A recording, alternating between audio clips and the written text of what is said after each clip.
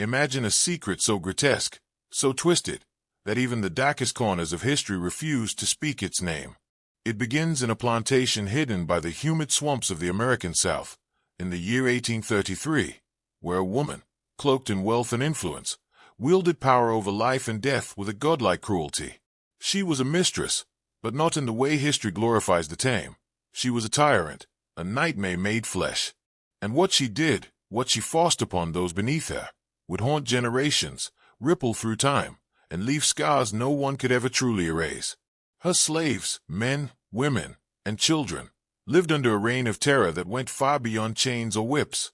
There is evidence, hidden in yellowed journals and fragmented testimonies, that she forced them to consume something unimaginable: the flesh of her own 11 dead children. 11 babies, ripped from life, turned into instruments of obedience and horror. She did not just destroy lives. She desecrated the very humanity of those around her, bending fear into a weapon more terrifying than any whip or firearm. You might ask yourself, how could someone sink into such darkness? The answer lies not just in cruelty, but in power, the intoxicating, corrupting power of complete control. She was not a monster born from madness alone. She was a product of an era, a system, and a society that condoned silence, rewarded dominance, and buried atrocities beneath polite conversation. Her actions were hidden in plain sight. Letters survive, if you know where to look. Records, censored reports, and whispers passed down from those who endured her rule.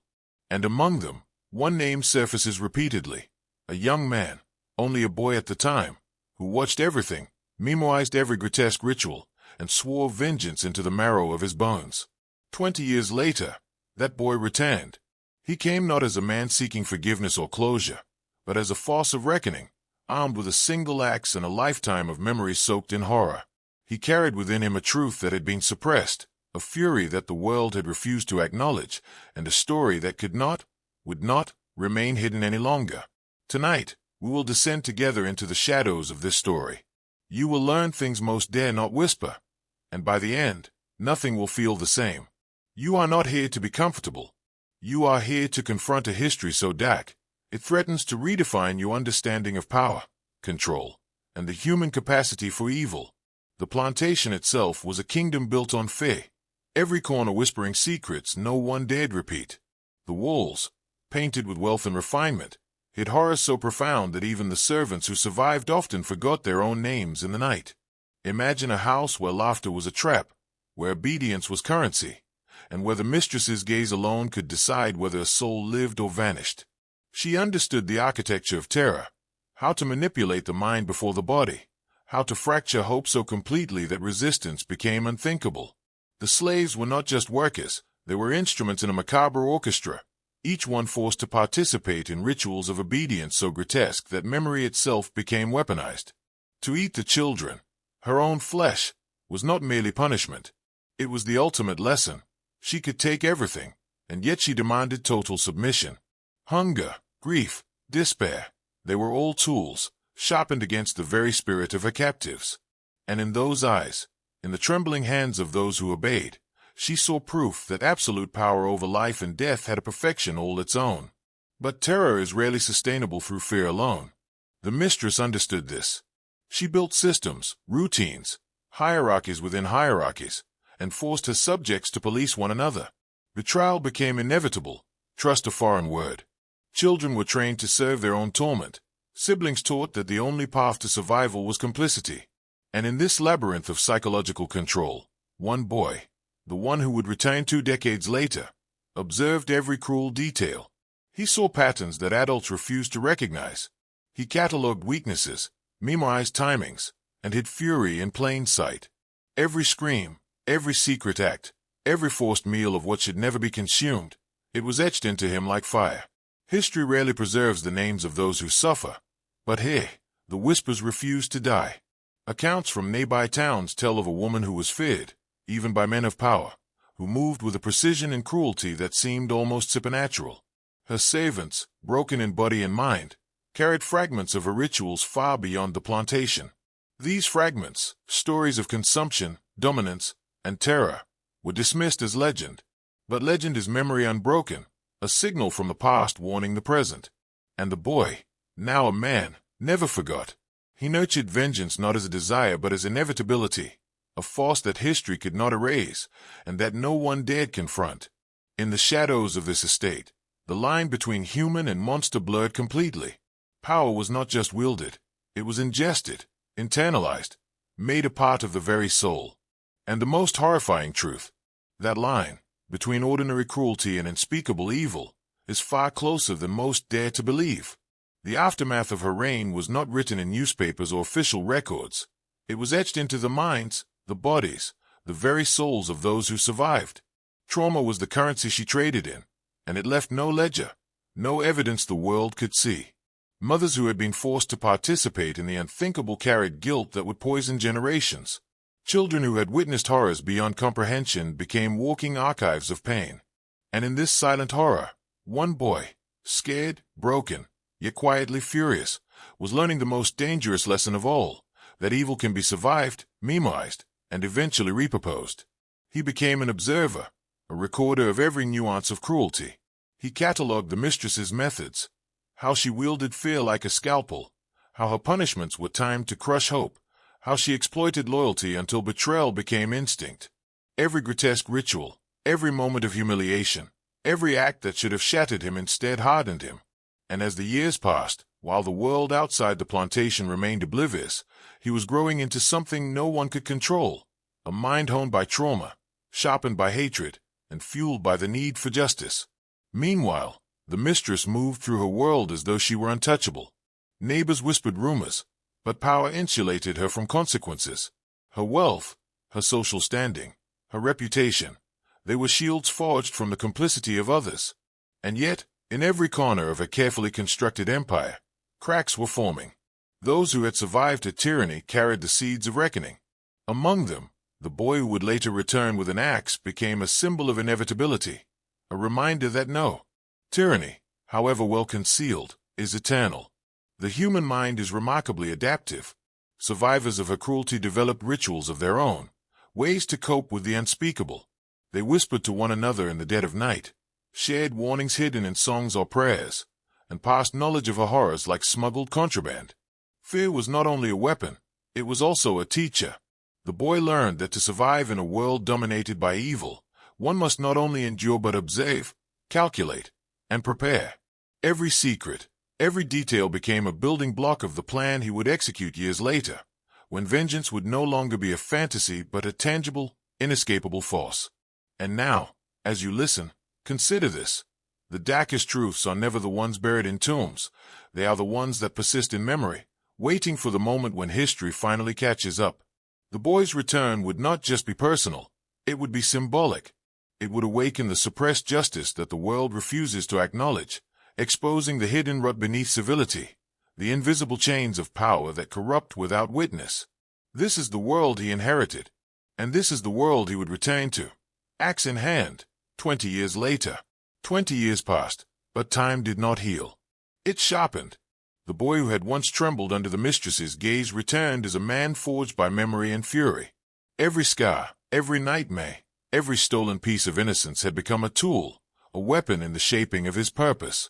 He had spent years studying not just survival, but the architecture of terror itself, how power manipulates, how cruelty bends the human spirit, how the mind can be trained to obey and betray simultaneously. What others call trauma, he called curriculum.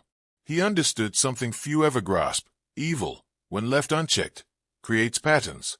It leaves fingerprints in behavior, in language, in ritual. The mistress's dominion had been precise, almost surgical, and he had memoized every cut, every tremor, every scream. He had internalized the cruelty, made it part of his own comprehension of power. And in doing so, he had turned fear into foresight. Where she had sought to break, he had built. Where she had sown despair, he had planted strategy. He traveled across towns, observing human nature, studying justice and vengeance alike. He learned patience, the most lethal weapon in any plan. He studied how to infiltrate, how to blend, how to wait for the precise moment when history demanded reckoning. And all the while, he carried an axe, not merely as a tool of violence, but as a symbol, a promise that what had been taken could, in some way, be restored or balanced. But his transformation was not merely physical or strategic. It was psychological, almost ritualistic. He rehearsed every step in silence, revisiting every memory of horror, converting each into a calculation. The boy who had been powerless now understood the anatomy of fear from the inside out. He could predict how a human mind would react to terror because he had lived its choreography. And yet, he never became like her. Not in indulgence, not in cruelty. His power was rooted in purpose, in clarity, in justice as he defined it. By the time he returned to the plantation, he was more than a man. He was a force of inevitability. Those who had believed that time erased horrors would discover the opposite. Memory preserves, sharpens, and transforms. And the mistress, who once controlled everything with a glance, would find herself powerless in the face of a single, deliberate act, a reckoning 20 years in the making, guided by knowledge she could never have anticipated. Tonight, as you listen to this story, remember, the mind is the most dangerous weapon, and trauma, when mastered, becomes a form of power few can comprehend. And soon, you will witness the moment when preparation, patience, and memory converge into a force that cannot be stopped.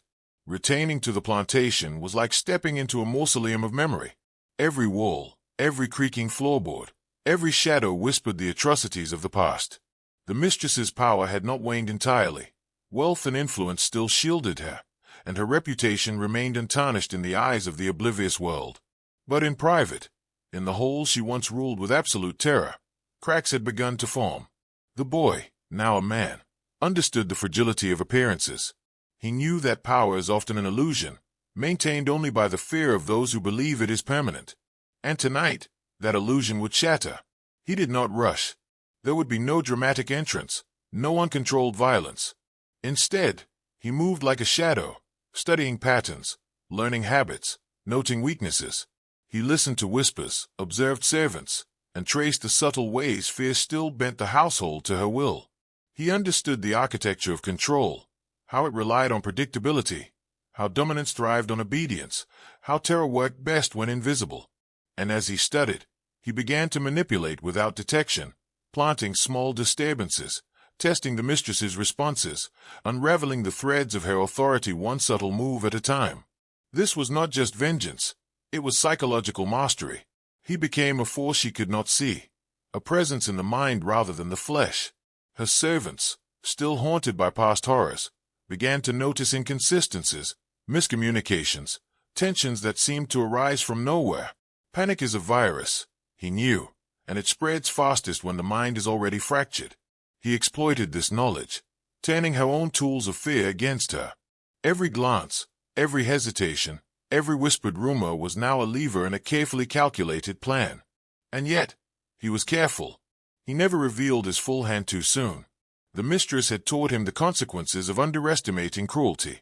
He learned that patience can be more terrifying than immediate punishment, that anticipation magnifies terror, that the mind bends before the body ever feels pain.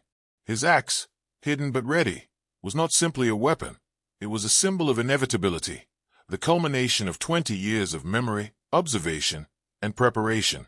Tonight, the stage is set. The mistress believes she still controls the script, that her tyranny remains unchallenged. But every step she takes, every order she issues, every shadow she dismisses is now part of a larger design. And as you listen, understand this. True power is not brute force. True power is mastery of mind, memory, and fear itself. Soon, what was once impossible will unfold before her eyes, and the world she thought she ruled will reveal the raw, terrifying truth of its fragility. The moment of confrontation was not sudden. It was inevitable. Years of preparation, observation, and calculation had built a tension so thick it could be felt in the air, like electricity before a storm. The mistress moved through her mansion with the same arrogant precision she always had, unaware that the boy she had once broken was now the master of her fate. Every step she took, every command she issued, every glance at her servants was being catalogued, analyzed, and turned against her.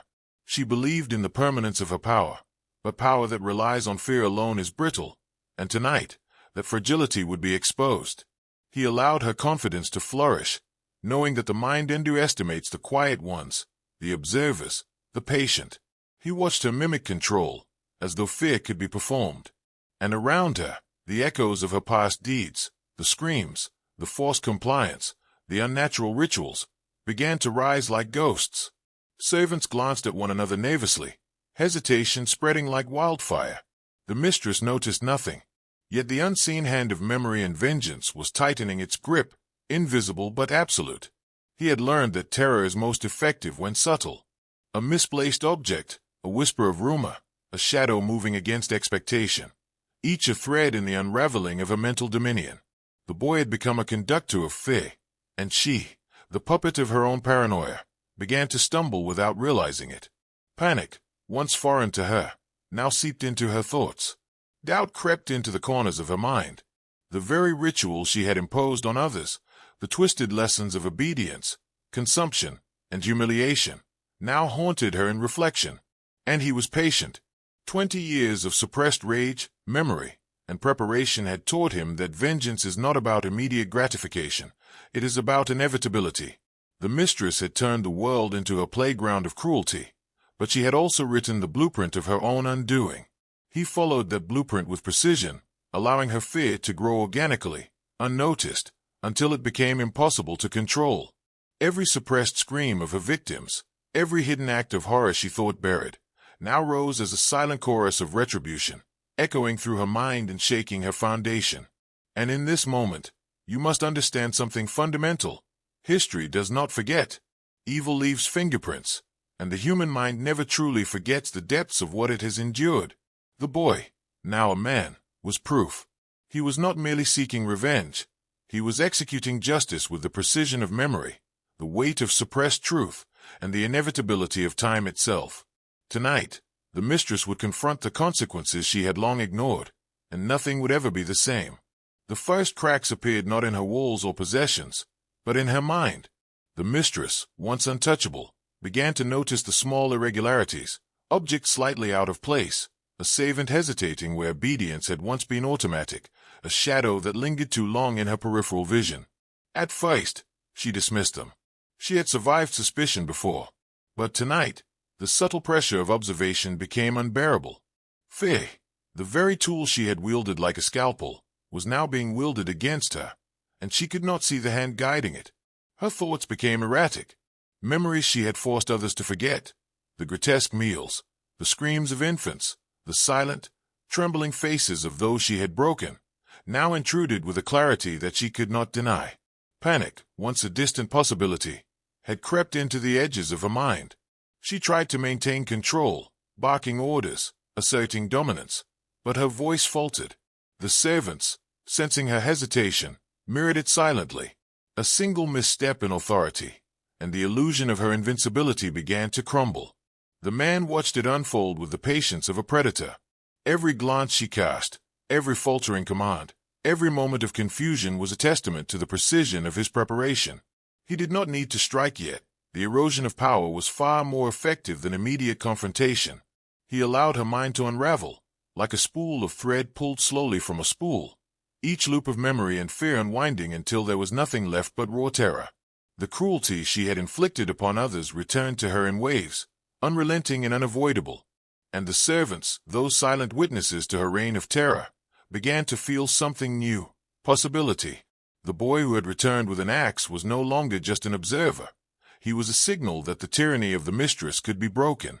They had endured the unthinkable for decades, and now, under his guidance, they began to see that fear could be reversed, that the tools of oppression could be turned against their master.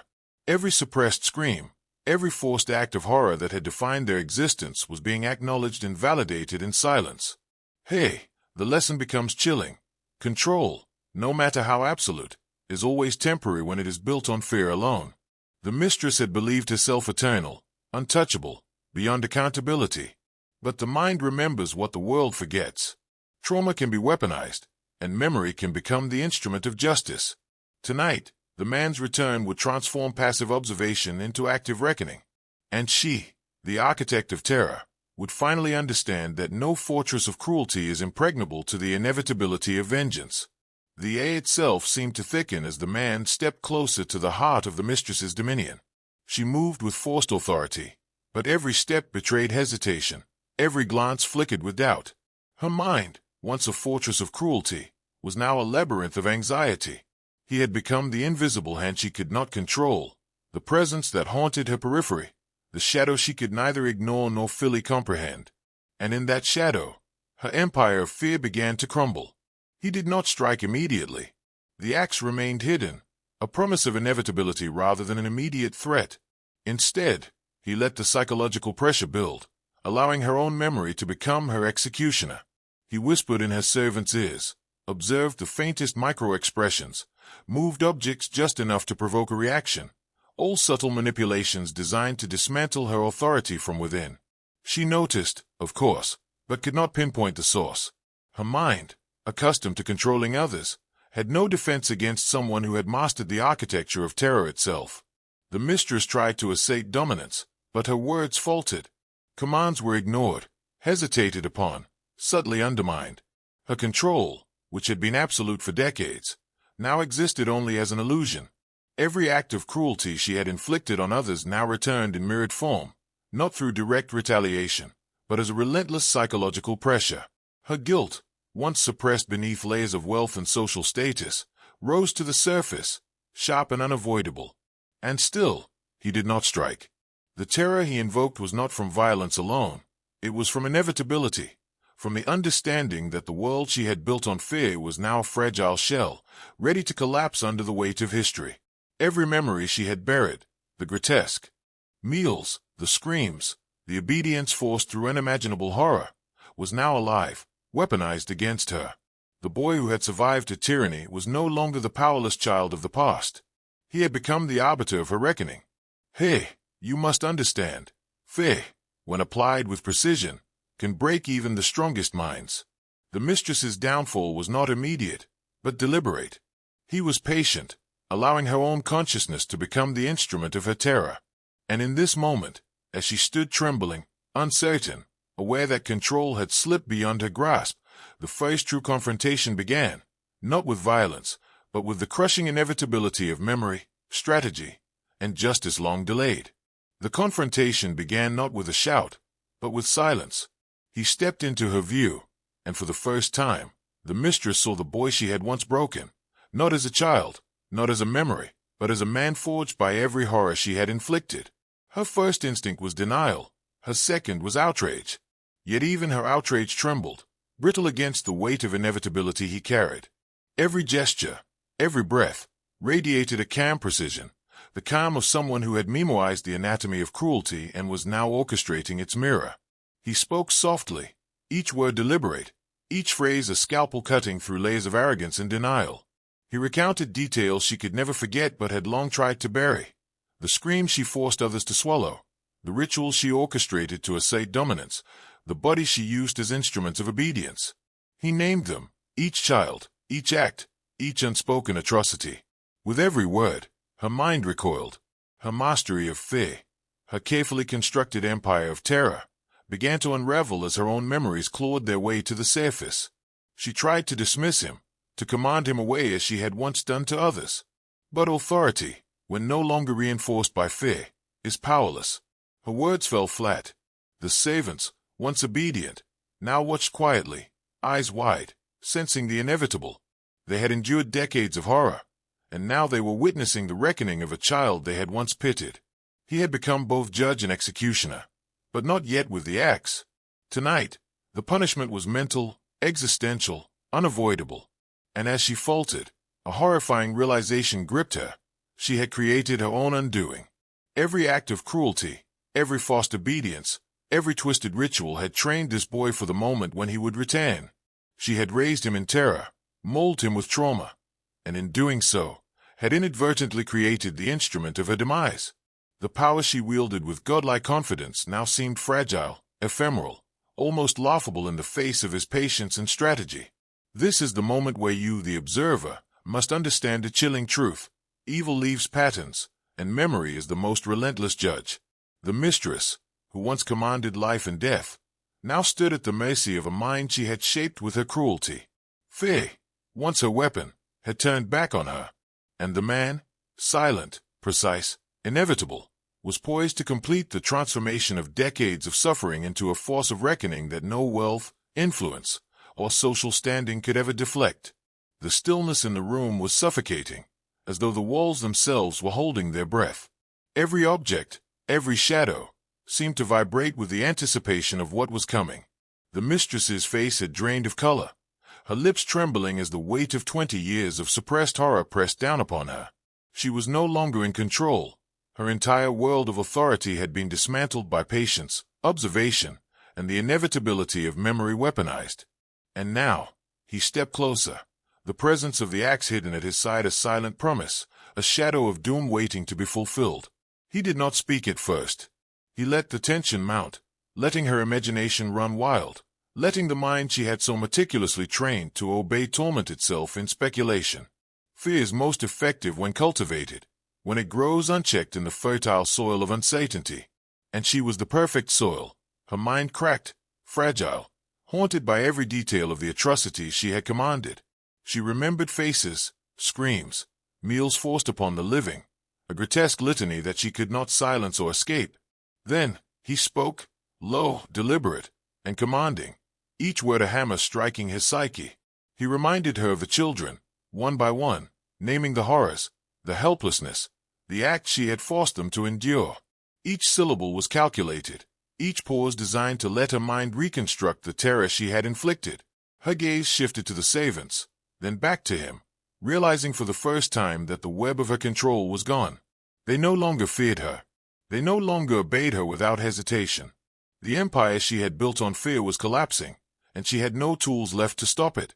The psychological pressure reached its peak. He let the axe remain unseen, its weight more terrifying in imagination than in sight. She could feel its presence, though, a constant reminder of the inevitability of his purpose.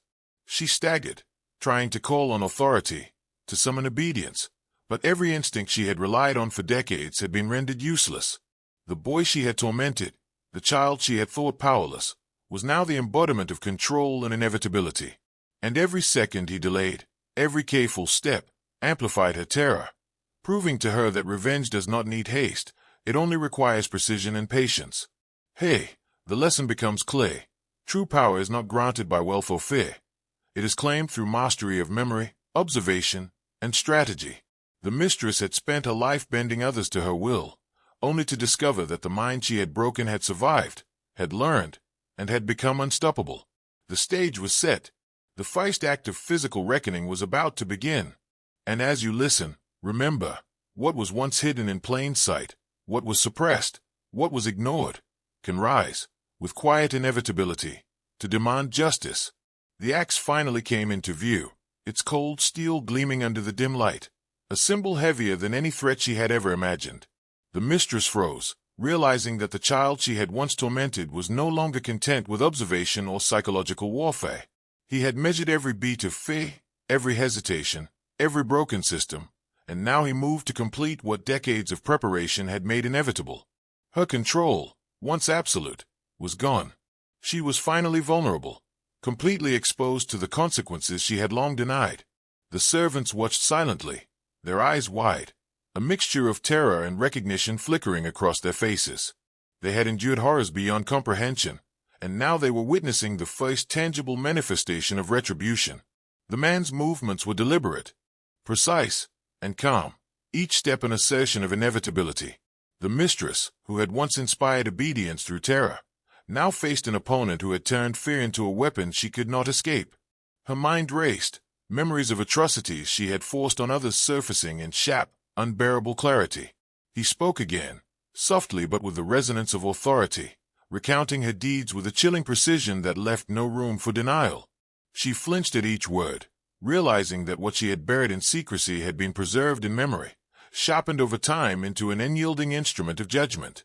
The axe was no longer just a symbol, it was a statement. And with it, he was not merely seeking vengeance, he was enforcing the law of inevitability that she herself had unwittingly authored. Her attempts at denial faltered, and panic set in fully. Every command she issued was ignored, every attempt at manipulation met with silence. The servants, once terrified into compliance, now mirrored the man's calm determination, revealing the collapse of her power in stark relief.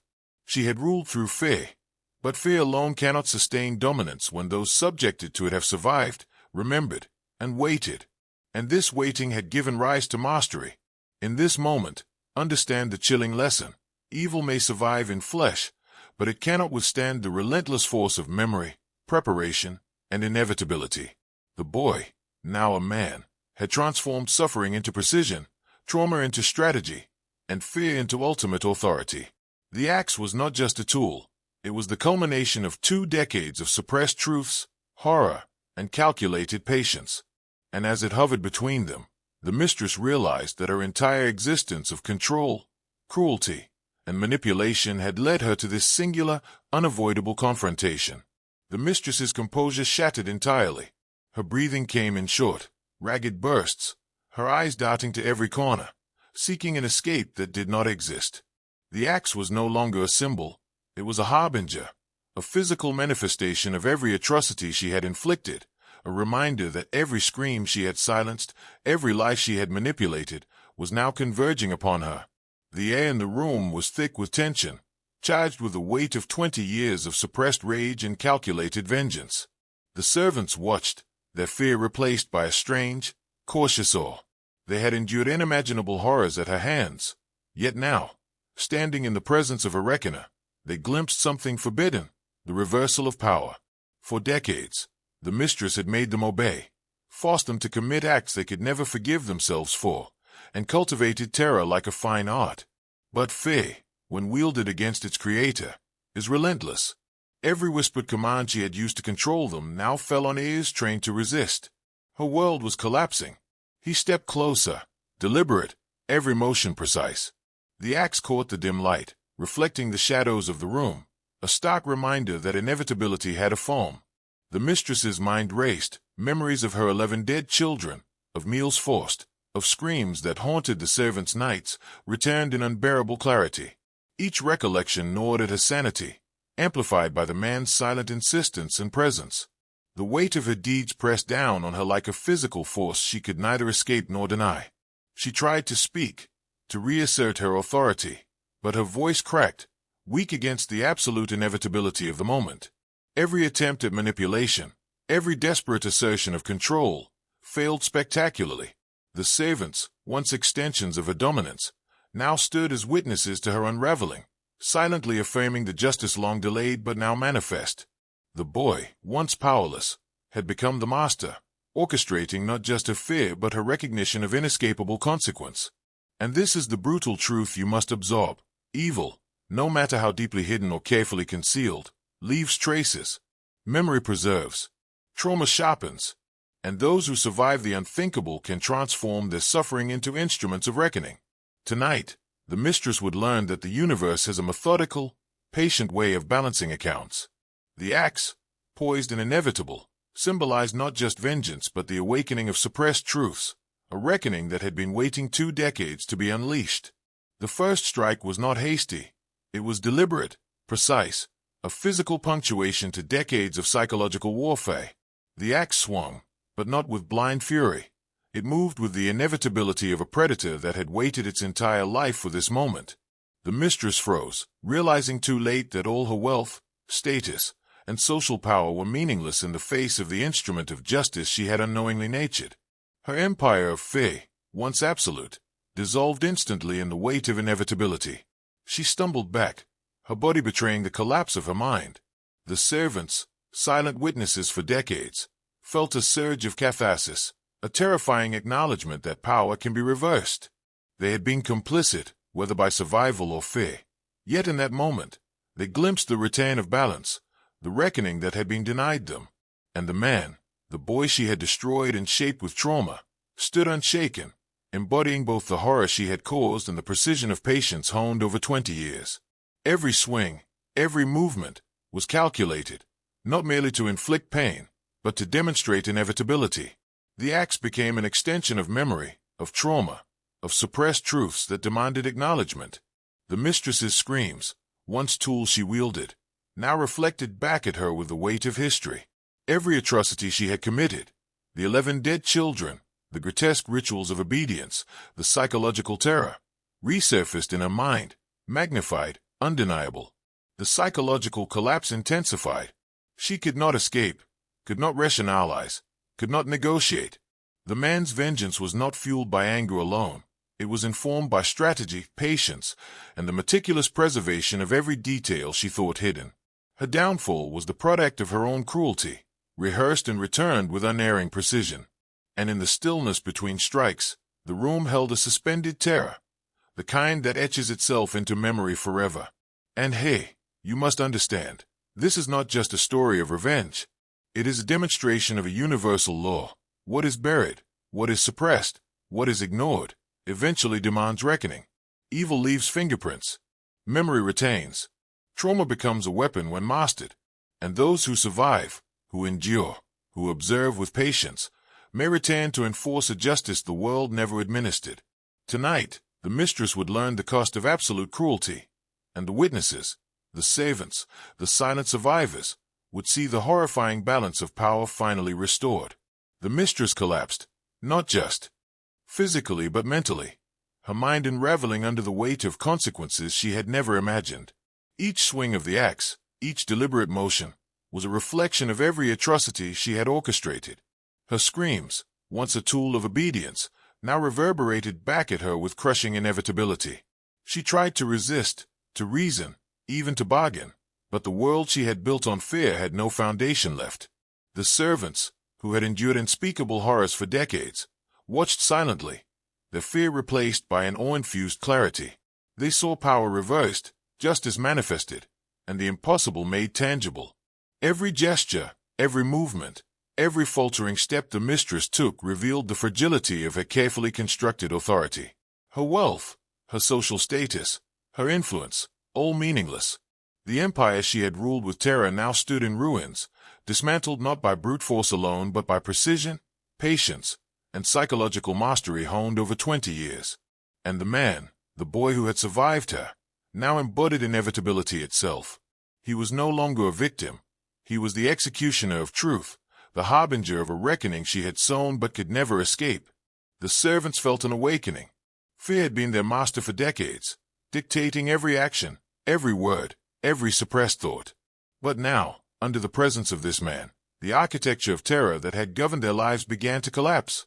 They understood something they had never dared before. The tools of oppression can be turned back upon the oppressor. The boy's return had shattered the psychological chains, and in that space, they glimpsed agency, power, and the terrifying responsibility of witnessing suppressed truths come alive.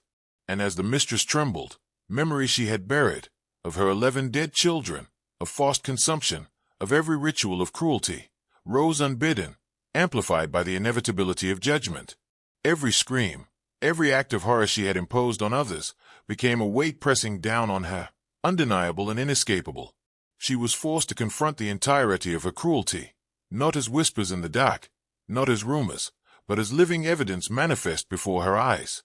Here is the brutal truth. The mind that wields terror can be broken by the same instrument it once used. The boy, trained in trauma, memory, and patience, had transformed suffering into strategy, horror into inevitability, and the mistress, once untouchable, now faced the unrelenting power of consequences she could neither negotiate nor flee. For those who survive unimaginable evil, there exists a force that may rise, quietly and patiently, to reclaim justice denied. Tonight, the balance had shifted, and nothing would ever be the same. Now, pause for a moment and understand the weight of what you are witnessing. This is no ordinary story. It is a ritual of awareness, a confrontation with truths most dare not acknowledge. The mistress's empire, built on cruelty, domination, and suppression, has fallen. The boy who survived has become the embodiment of inevitability, turning trauma into mastery, suffering into precision, and memory into justice. And in witnessing this, you are not a passive observer. You are a participant.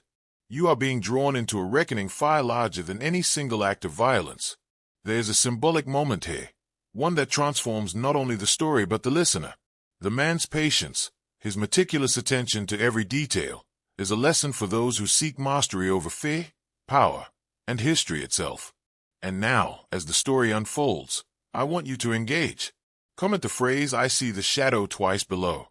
Do it deliberately. Do it slowly. Let it resonate. This is not just a phrase. It is a commitment, a mark of recognition that you are awake to the truths hidden in plain sight, that you acknowledge the patterns of power, corruption, and psychological manipulation that shaped the world. Because when you declared, you are no longer merely observing history, you are interacting with it.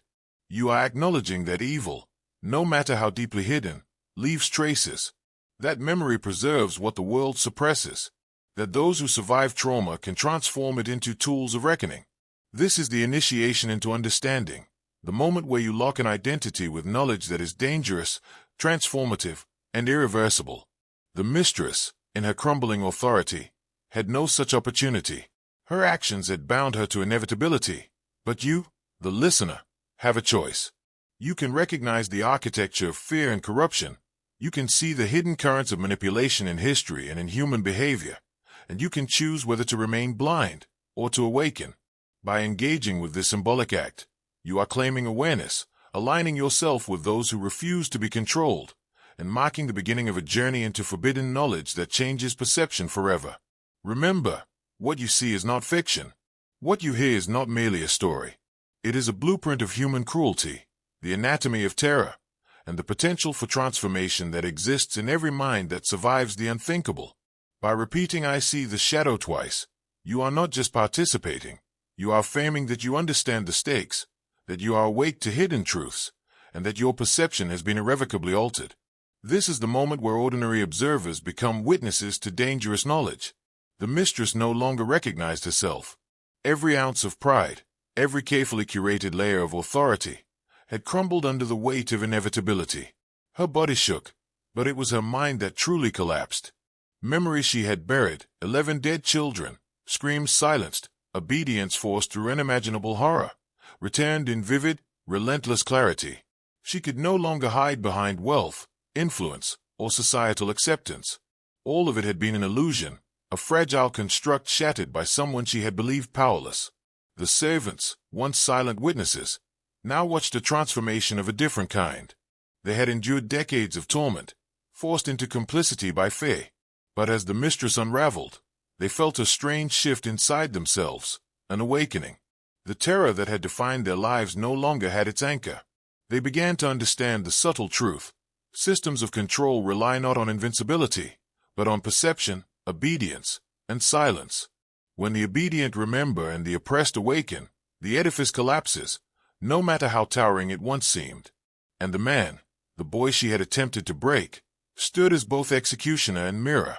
His presence forced her to confront not only the consequences of her actions but the patterns she had created in human behavior, the corruption of institutions, and the insidious ways in which power can be weaponized.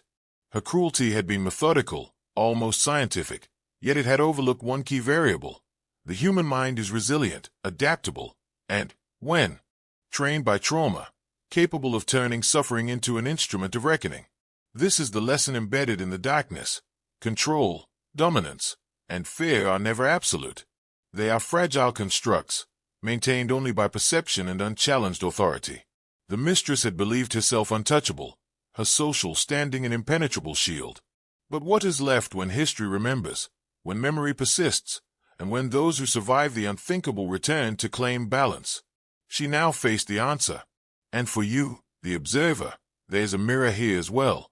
The story is more than horror. It is a warning, a blueprint, a reflection of systems and patterns hidden in plain sight.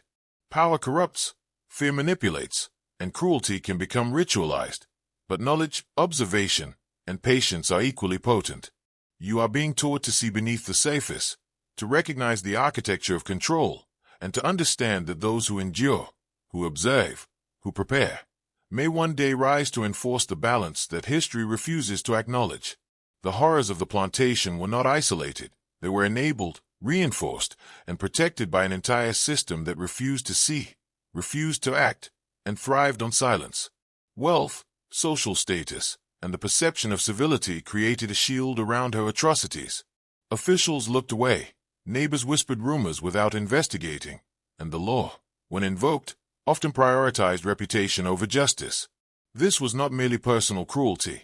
It was institutional complicity, a reflection of societies willing to suppress truth to preserve their illusions of order and propriety. The Mistress had operated within this system with terrifying efficiency. She knew which letters would never be read, which rumors would die in polite conversation, and which witnesses were too frightened to speak. Every act of cruelty was calculated not only for its immediate terror but for its ability to remain hidden in plain sight. The boy, watching, learned not just about personal cruelty, but about the mechanisms of systemic oppression. He memorized the gaps, the silences, the blind eyes. He understood that institutions are only as moral as the individuals who enforce them, and that complicity can make monsters untouchable. This is where the deeper lesson emerges. Evil does not need brute force to survive. It only needs structures that reward compliance, ignore suffering, and suppress dissent. And the boy, now a man, had studied this meticulously. He had internalized every subtle advantage the mistress exploited, every loophole, every social blind spot, and transformed that knowledge into a strategy that could not be countered by authority, law, or tradition. He became the embodiment of calculated justice against a system that allowed her crimes to flourish. History often forgets the small, quiet acts that enable monstrosity. The plantation's walls were silent witnesses, the neighbors' whispers were camouflage, and society's blind eye was a weapon in itself. Evil thrives not only in action but in neglect, in the unwillingness to question what appears socially acceptable. And here, the man's return becomes symbolic. He is not just seeking revenge for personal suffering. He is exposing the fragility of institutions that pretend morality while enabling corruption. His reckoning is both personal and systemic, a demonstration that hidden horrors can be dismantled when patience, observation, and memory converge.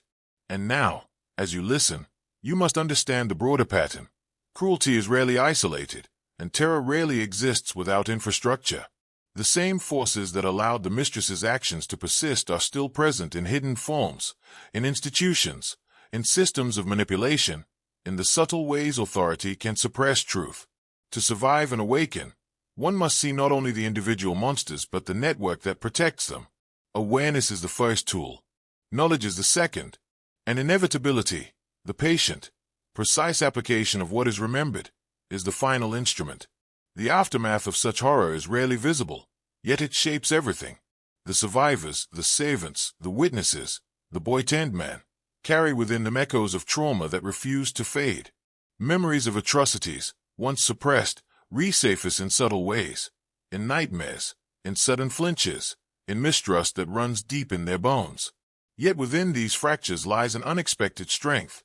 They have survived what should have destroyed them. They have observed cruelty at its most systematic and survived.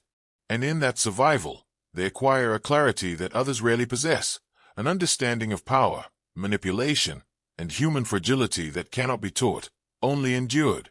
This clarity is dangerous knowledge. It awakens awareness of systems that perpetuate suffering in plain sight. The boy, now a man, embodies this principle. He knows that cruelty is rarely an isolated act, that terror thrives when structures allow it, and that the truly powerful are those who can survive, adapt, and tame the mechanisms of oppression against themselves.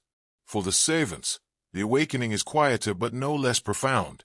Their obedience, once forged in fear, has been replaced by recognition of truth, a glimpse of autonomy that had been impossible under the mistress's reign. And yet, the psychological weight is immense. Trauma does not vanish with the fall of a tyrant. The memories of grotesque acts, the forced consumption of her children, the twisted rituals of dominance, linger in every quiet moment. Survivors must learn to carry knowledge without being consumed by it, to integrate understanding of human cruelty into awareness without surrendering to despair. This is a lesson not often taught. It is a dangerous form of mastery, a way to navigate a world that continues to conceal its darkest truths. Hey, the story extends beyond the plantation. It becomes a reflection of broader systems, of hidden mechanisms in societies that allow cruelty to persist, often unnoticed. Those who witness, who remember, who survive, are tasked with an unspoken responsibility to understand patterns, recognize deception, and awaken others to truths too many would prefer remain hidden. This is the power of memory and awareness, the ability to transform horror into vigilance, suffering into comprehension, and survival into authority. And for you, the listener, this is where the narrative becomes personal. What has been hidden in history, what has been suppressed by society, exists in shadows still. By observing, understanding, and reflecting, you participate in a subtle but profound reckoning.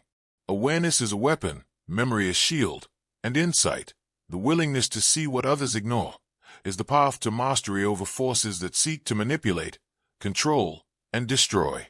The boy's return was more than vengeance. It was a signal, a warning, a blueprint for recognizing the hidden patterns that govern cruelty. His actions resonated far beyond the walls of the plantation, echoing through generations of those who had survived, witnessed, or even only heard. Whispers of the horrors. Memory, once suppressed, now became contagious. Those who had long endured in silence began to recognize the mechanisms of control, the invisible threads that had manipulated their lives. Awareness, once dormant, ignited like fire in a dark room. Every detail of the mistress's reign, her rituals, her cruelty, the systems of obedience she enforced, served as lessons. They revealed how institutions, societal norms, and individual arrogance can converge to allow unimaginable evil to persist. The boy had not only survived these forces, he had transformed them into knowledge. And knowledge, once wielded with precision and patience, is far more dangerous than raw violence. He demonstrated that trauma, when mastered and observed, can become an instrument of insight, a way to see patterns that others dismiss, and a tool to challenge the invisible architectures of power. This reckoning was symbolic as well as literal. The survivors, the servants who had endured decades of manipulation, now understood the fragility of authority built solely on faith. They saw that memory preserves what institutions erase, that truth persists even when society chooses silence, and that the consequences of cruelty can extend far beyond the immediate victims. The boy's return forced recognition, not only of his own suffering but of the collective denial that allowed horror to flourish. And for those who watch today, this story is more than history. It is a call to awareness. Systems of manipulation, hidden agendas, and suppressed truths exist in every era, often invisible but no less real. The same forces that protected the mistress exist in modern institutions, in social hierarchies, in cultural rituals. Awareness of these patterns is dangerous but necessary. To see the shadows, to trace the unseen currents of power and control, is to arm oneself with knowledge that most never acquire. So remember this, the boy's vengeance is a lesson for anyone willing to see. The atrocities may have been centuries ago, the setting may be long gone, but the patterns endure. Survival requires observation, endurance, and the courage to recognize what others ignore. And those who do awaken to these hidden truths may carry the responsibility and the power to transform suffering into insight and terror into a precise instrument of awareness. History rarely tells the full story. It is edited, sanitized, and packaged to maintain comfort and control. The atrocities of the plantation, the mistress's reign, the suffering of the children, these were either forgotten or whispered as folklore. Yet memory does not bend to convenience. Truth, when buried, seeps through cracks, waiting for someone patient enough to uncover it. The boy, now a man, became that patient observer. He understood that what society suppresses is not absent, it is alive, potent, and capable of reshaping perception when finally confronted. This is the hidden power of suppressed truths. They train the mind, sharpen the senses, and reveal patterns invisible to those who accept the narrative handed to them. The mistress had relied on society's silence, on authority's complicity, and on the obedient fear of her victims. But she could not anticipate the one who absorbed every atrocity as a lesson, catalogued each act of cruelty, and transformed trauma into strategy. Memory, when weaponized, becomes a force of inevitability. Knowledge becomes a blade sharper than steel. Consider the implications. Every institution, every system, every structure of control depends on obedience, compliance, and ignorance. They thrive in the spaces where questions are not asked, where horrors are dismissed, where fear and complacency dominate. The boy's return demonstrated that these systems can be undone, not merely by brute force, but by patient observation, calculated action, and the unyielding force of truth. Evil persists when unseen, but it is fragile in the face of vigilance. And here is the most profound lesson. Survival is not enough. To endure suffering is merely the first step. The true mastery comes from seeing the invisible lines of power, recognizing patterns of manipulation, and understanding that every act of cruelty, no matter how deeply buried, leaves a mark. Those marks are lessons, tools, and weapons for anyone willing to observe, endure, and act with precision. The boy's vengeance was both personal and instructive, a blueprint for understanding the architecture of human evil. As you listen, take this to heart. The world is filled with hidden structures, unseen hierarchies, and suppressed truths. Awareness is not passive. It is a weapon, a shield, and a responsibility. The past, the horrors, and the patterns endure, waiting for those who have the patience and courage to see them. And once you see them, you can no longer remain the same. Knowledge changes perception. Awareness changes behavior. And inevitability, when understood and wielded, is the most powerful force of all. Trauma, when survived, is never wasted. It becomes a lens through which the world can be seen with unparalleled clarity. The boy, who endured the unthinkable, transformed every moment of horror into understanding. Every grotesque act, every ritualized cruelty, every detail the mistress thought was hidden became data, patterns of control, manipulation, and submission that few could recognize. Trauma, in his hands, was a tool, a teacher, and ultimately, a weapon. And the longer he waited, the more precise his understanding became. This is the essence of hidden mastery, observation under duress. Most people, when faced with evil, react emotionally, instinctively, or with denial. They absorb suffering passively, hoping it will fade or be forgotten. But he did the opposite. He cataloged, analyzed, and internalized. He understood not only the mechanisms of cruelty but the psychology of those who wield it. Power, he realized, is never absolute. It is a relationship, a tension between fear and submission, between observation and action. And knowledge of that tension is far more dangerous than any weapon. The ripple effect of this understanding is profound. Trauma does not exist in isolation. It informs, transforms, and sometimes awakens latent potential. Survivors of oppression, when they recognize patterns in the systems that enslave or manipulate them, gain insight into the unseen forces shaping the world. They can anticipate behavior, predict outcomes, and act with precision. The boy's eventual return with the axe was the culmination of this process, years of mental preparation, observation, and internalized strategy manifesting in an act that was both inevitable and instructive. And this is why hidden knowledge is dangerous. Most people fear truth because it destabilizes comfort, challenges perception, and exposes the fragility of control. But for those willing to endure, to study, and to transform trauma into insight, the rewards are immense. Awareness becomes power. Observation becomes mastery. And the lessons of history, suppressed though they may be, can guide action with surgical precision. Now, as you absorb this, consider your own patterns of observation. Where has fear dictated obedience? Where has cruelty gone unnoticed? Where have suppressed truths shaped your understanding of power? The boy's journey teaches that survival is only the beginning. True power comes when suffering is transformed into comprehension, when trauma is used to decode patterns of control, and when observation becomes an unstoppable force of clarity. This is the dangerous knowledge that changes perception forever. The mistress had believed herself untouchable, shielded by wealth, influence, and the silent complicity of those around her. Society's structures, courts, neighbors, social hierarchies, were her armor, a protective illusion of invincibility. She relied on this invisible network, confident that no single act, no matter how monstrous, could breach the walls her privilege had erected. But what she failed to realize was that systems, no matter how elaborate, are only as strong as the perception that maintains them. And when perception shifts, even the most impregnable fortress can collapse. The boy understood this instinctively. He had studied the mistress not only as an individual but as a node within a network of power. Every decision she made, every act of cruelty, every social maneuver was catalogued and interpreted. He had internalized the hidden rules that allowed her to operate with impunity and discovered their vulnerabilities. The institutions that had protected her, neighbors who whispered but never investigated, officials who turned blind eyes, and servants too terrified to act, were now powerless against someone who could anticipate their silence and manipulate it to his advantage. This is the essence of real power, understanding the invisible frameworks that sustain authority. The mistress had wielded fear to control individuals, but she had underestimated the power of observation and patience.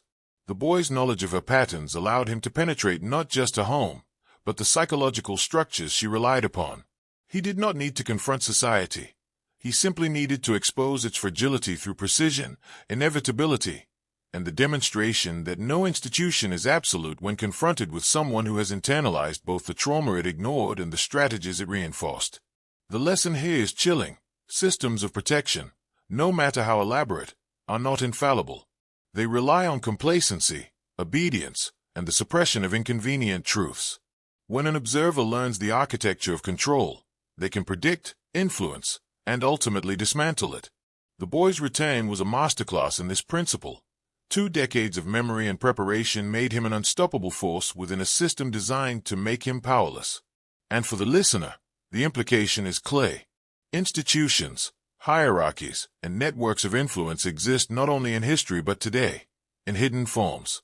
To survive, to awaken, and to master one's environment, one must learn to see the invisible currents that govern behavior. The Mistress's fall demonstrates that no fortress of authority can withstand someone who has studied it patiently, understands its weaknesses, and moves with inevitability. Knowledge, observation, and memory, these are the ultimate instruments of power. The full weight of inevitability settled upon the Mistress like a suffocating fog. Every carefully constructed layer of defense, her wealth, her influence, her social standing, was meaningless. The system she had relied upon, the blind eyes and obedient silence, had failed. She could no longer manipulate perception, silence witnesses, or bend reality to her convenience. The boy's patient observation had dismantled her armor, turning every act of cruelty she had committed into a mirror reflecting her own fragility. Her power, once absolute, now existed only in memory, trembling and hollow. The psychological collapse was total. She could feel it in her bones, a trembling certainty that she was exposed and defenseless. Every memory she had buried, the grotesque meals, the screams of the children, the obedience forced through terror, returned with unbearable clarity. They were no longer private horrors, trapped behind closed doors. They had been catalogued, understood, and weaponized by the very child she thought powerless. And now, they pressed upon her like an unstoppable tide, unrelenting and inevitable. The servants, who had survived decades of oppression, watched the Mistress unravel. Their terror was replaced with comprehension, an understanding that power derived solely from fear is fragile. The boy's presence had revealed this truth, and his patient orchestration of psychological pressure had exposed the Mistress's humanity, or rather, her inhumanity now laid bare. She was not a goddess of control but a fragile figure exposed, trembling under the weight of the reality she had ignored for years. And here is the universal truth embedded in this horror. Cruelty always leaves traces, and memory is an instrument that cannot be silenced. The boy's mastery was not brute strength but understanding, observation, and patience. He had transformed trauma into power, horror into strategy, and years of suppressed knowledge into the undeniable instrument of reckoning. For the Mistress, this was the ultimate betrayal, not by force but by inevitability. Her collapse was the product of her own actions returned in perfect, precise measure. To the listener, this is the lesson. Systems of control, authority, and terror are never invincible. They can be dismantled by those who understand the architecture of fear, who study patterns, and who transform memory into strategic power. The Mistress's fall is a blueprint for recognizing how authority operates, how evil hides in plain sight, and how inevitability can be orchestrated by the patient and the aware. Every act of cruelty, no matter how carefully hidden, leaves a mark, and those who endure, observe, and learn may rise to wield it with precision. The final confrontation was not sudden. It unfolded like the slow collapse of a star, inexorable and unavoidable. The Mistress stood trembling, her mind teetering on the edge of sanity, as the boy, now a man forged by trauma and patience, stepped forward. Every memory she had buried, every scream she had silenced, every grotesque act of cruelty she had orchestrated, converged in that single moment. He was no longer a victim. He was inevitability itself, a force shaped by observation, strategy, and suppressed truths. The axe remained present, though it had long ceased to be a mere tool of vengeance. It symbolized the culmination of 20 years of patient awareness, of horror internalized and transformed into action. She understood, in a gut-level clarity, that this was the reckoning she had long ignored. Authority, influence, and wealth could not protect her here. Her empire of fear, built on obedience and suppression, had dissolved under the meticulous precision of a mind she had underestimated. Every structural, institutional, and social protection had failed. The psychological weight of this realization was unbearable. She could no longer hide behind charm or intimidation. The servants, witnesses to decades of suffering, now stood in silent acknowledgement of the inevitable. They saw the collapse of cruelty in real time and understood the lesson. Power based solely on fear is fragile. Systems, hierarchies, and institutions that protect tyranny are vulnerable when faced with someone who observes, endures, and prepares. The boy had become more than a man. He had become a measure of justice, a living instrument of suppressed truths demanding acknowledgement. And here's the deeper truth. Evil, no matter how carefully constructed, is never invincible. What is hidden in plain sight, what is suppressed, what is ignored, these forces can be transformed into instruments of reckoning by those patient and aware enough to see the patterns. Trauma, memory, and observation become tools of precision, capable of dismantling entire systems of control. The mistress now understood that the architecture of terror she had created had become her own undoing, a downfall written by the very acts she had considered invincible. For the observer, the listener, the lesson is stark and unavoidable. Hidden truths persist. Authority, cruelty, and oppression leave fingerprints. To endure is not enough. One must see, remember, and act. Those who master these forces, who understand the structures behind human evil, gain the power to navigate and even reverse the systems that others accept blindly. Tonight, the mistress faced the full measure of her deeds, and her reckoning had been inevitable from the moment she began. The boy's return was more than personal vengeance. It became a symbol, a dark parable of inevitability and awareness. His survival, his patience, and his calculated reckoning were proof that those who endure suffering and observe patterns of cruelty gain a kind of mastery denied to those who rely solely on faith. The mistress had believed herself untouchable, invincible in her social and institutional cocoon. But he had proven otherwise. Systems can be bent, authority can crumble, and cruelty always leaves traces. The servants, witnesses to the final unraveling, felt a subtle transformation. Their terror, cultivated over decades, shifted into understanding. They realized that obedience is not inevitability, that compliance is not permanence, and that suppressed truths have a way of rising to claim recognition. The boy's presence, once an object of fear, had become a catalyst for awakening. And in watching him, they glimpsed a profound lesson. Awareness is a weapon more precise and more enduring than fear, more potent than wealth, influence, or societal standing. Hey, the narrative begins to expand beyond the plantation. The story becomes a warning, a blueprint for understanding hidden systems of control that persist across generations. Authority, cruelty, and oppression rarely exist in isolation.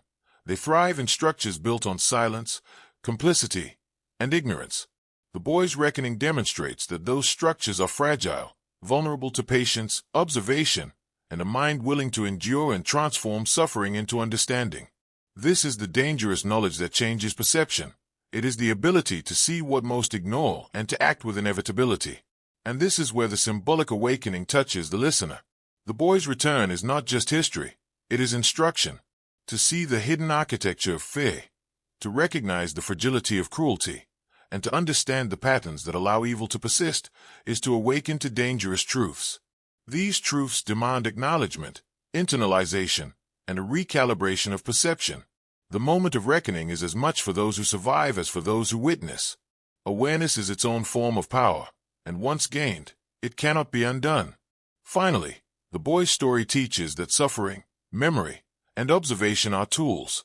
They can be transformed into precision, into understanding, into inevitability.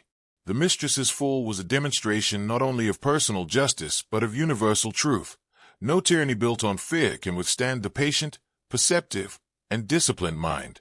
And for those who witness it, the lesson is equally unavoidable. Knowledge changes the landscape of power. Awareness awakens mastery. And inevitability, when fully understood, cannot be resisted. The aftermath did not end with the mistress's collapse.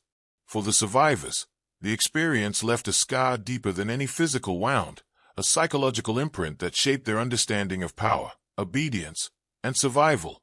The servants who had endured years of terror now recognized that systems of control are fragile, that authority relies on perception, and that cruelty, no matter how systematic, leaves indelible traces.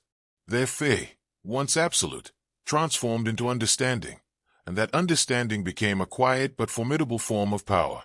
The boy's actions had created more than vengeance.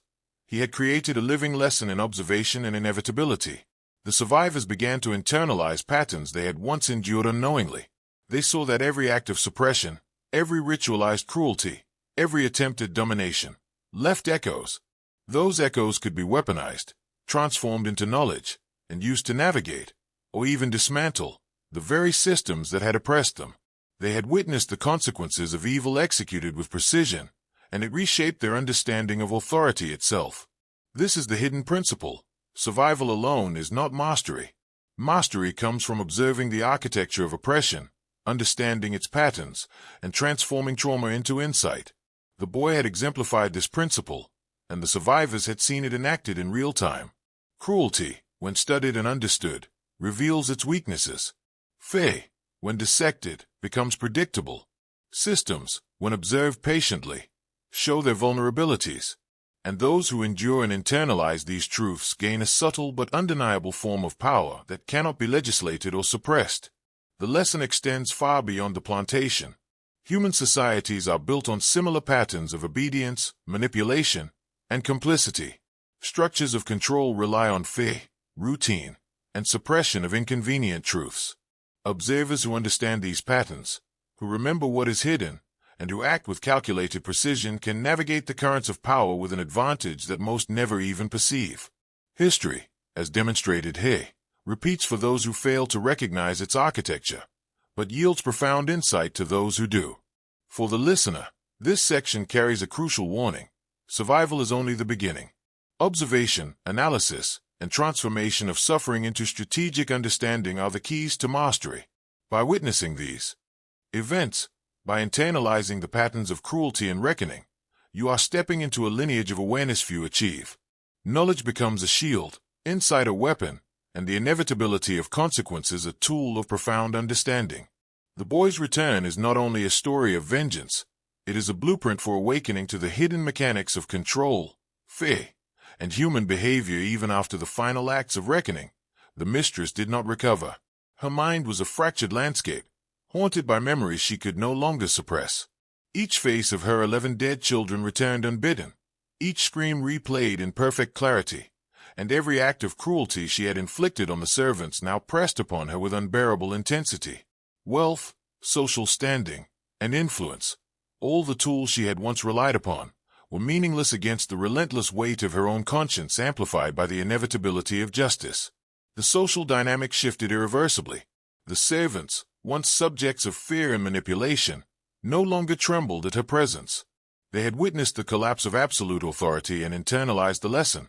Fear is fragile, obedience is conditional, and suppressed truths carry power. Their worldview expanded. They began to recognize patterns of authority in other spheres of life, understanding that control depends on perception, not intrinsic strength. The mistress, isolated and broken, became a living reminder of the fragility of power built on terror. For the boy, now a man, the aftermath was also profound but in a different way. His survival, patience, and precision had transformed suffering into mastery. He had internalized every pattern of cruelty, learned the mechanisms of oppression, and demonstrated the inevitability of consequence. He became both a cautionary tale and a model of awareness. Those who endure, observe, and act with calculated precision can wield influence in ways the oppressors never anticipated. Trauma, memory, and patience had become instruments of authority beyond conventional measures. And here lies the universal lesson. Suppressed truths and hidden knowledge ripple through time, reshaping perception and behavior.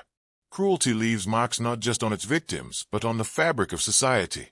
Observers, when patient and attentive, gain insight into the architecture of oppression and the weaknesses in systems that others accept unquestioningly. Awareness of inevitability, when combined with memory and strategy, transforms survival into mastery, and passive observation into action with consequences that cannot be ignored. For the listener, the takeaway is stark. Recognizing patterns of control and the fragility of fear-based authority is not optional. It is essential. The story of the mistress and the boy demonstrates that knowledge of hidden structures, whether in personal relationships, institutions, or society at large, provides power. Memory, patience, and observation become tools that can dismantle illusions of invincibility. And once you see the mechanisms of cruelty and manipulation, your perception, and your capacity for action, can never be the same. Inevitability is the dark current that runs beneath every system of control. It is invisible to those who only observe superficially, but unmistakable to those who endure, remember, and analyze. The boy's journey demonstrates how trauma and patience converge into an unstoppable force. He did not merely react to cruelty. He anticipated it, catalogued it, and turned every detail of horror into a blueprint for inevitability. Each swing of the axe was not only vengeance, it was proof that hidden knowledge, when applied with precision, transcends fear and authority. This principle extends beyond one plantation, one cruel mistress, or one act of horror. Every institution, every hierarchy, every system of manipulation relies on obedience, compliance, and ignorance. The same mechanisms that allowed atrocities to persist in 1833 exist today, hidden behind politeness, bureaucracy, and perceived legitimacy. Observation, memory, and patience are the tools to detect them. Awareness becomes power. Recognition becomes mastery. And those who internalize suppressed truths gain a clarity few ever achieve. The survivors, and the boy in particular, exemplify a subtle but profound truth. Mastery is born not from force but from understanding. To endure is to acquire data. To remember is to gain precision. To observe patterns over time is to wield inevitability. The psychological collapse of the Mistress was not just personal. It was systemic, demonstrating that no system of fear can withstand the patient, perceptive mind. Cruelty, once catalogued, loses its unpredictability and becomes vulnerable. And for you, the listener, the implication is direct and unavoidable. Hidden systems exist everywhere, in society, in institutions, in human relationships, and in the patterns of obedience that govern behavior. To awaken to these truths is to gain the advantage of inevitability. You begin to see the architecture of manipulation, the cracks in authority, and the fragility of fear-based control. Memory and observation become instruments that cannot be ignored. Trauma, once understood, becomes a form of insight, and insight becomes action with consequences that ripple outward beyond the personal into the systemic. The story of the boy and the mistress is not just horror. It is instruction. It teaches that suppressed truths persist, that patience and observation transform suffering into power, and that inevitability is the ultimate weapon. What was hidden, ignored, or denied can rise with precision. Those who survive and observe are the ones who will shape outcomes. Awareness, once awakened, cannot be silenced, and mastery, once achieved, is inexorable. The final lesson is stark and inescapable. Suppressed truths leave marks that extend far beyond the individual, shaping systems, societies, and the minds of those who survive. The boy's return was not merely vengeance. It was proof that memory preserves what the world ignores, that trauma can be transformed into insight, and that observation over time becomes a weapon more precise than brute force. The mistress's collapse was inevitable because she had underestimated the enduring power of what she thought she had destroyed. For the survivors, the psychological shift was profound.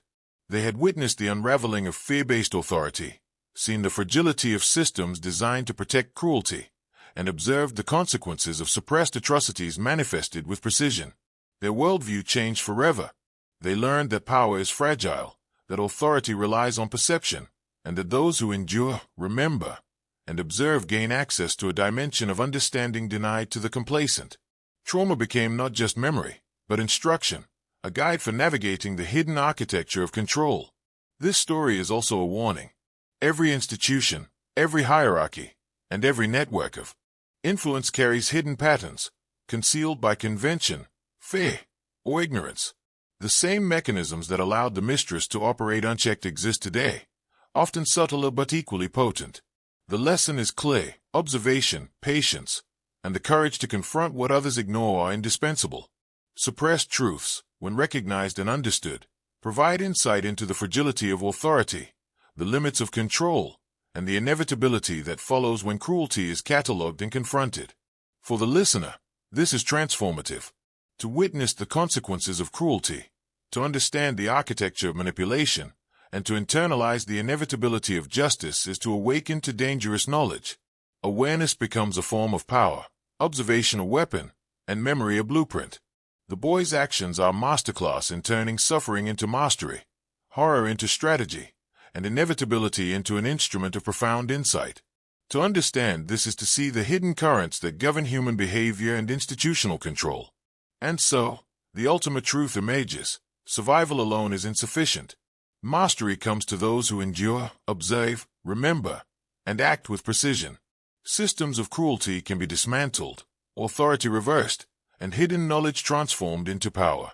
The boys retain, the mistresses collapse, and the witnesses' awakening are proof that inevitability is real, that suppressed truths cannot remain hidden forever, and that those who understand these principles gain a clarity and authority that changes everything.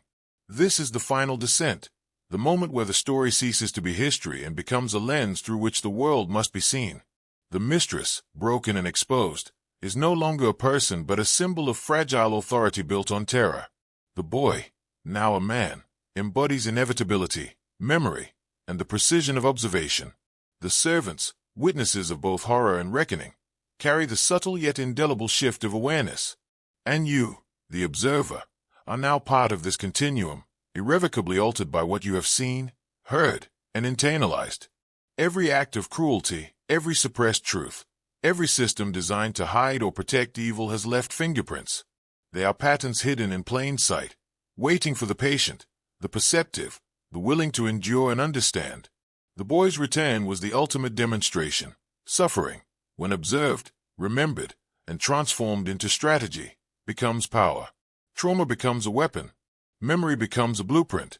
And inevitability becomes the instrument through which the fragile constructs of fear, authority, and control are dismantled. This final moment is a reckoning not only for the mistress but for every observer, every survivor, every system complicit in concealment. Awareness itself is dangerous. It awakens insight, transforms perception, and illuminates truths most dare not confront. The cycle of suppression and cruelty does not end. It evolves, but those who learn to see beneath the surface gain an unassailable advantage. They understand patterns, predict behavior, and recognize that authority built on fear is always provisional, always vulnerable.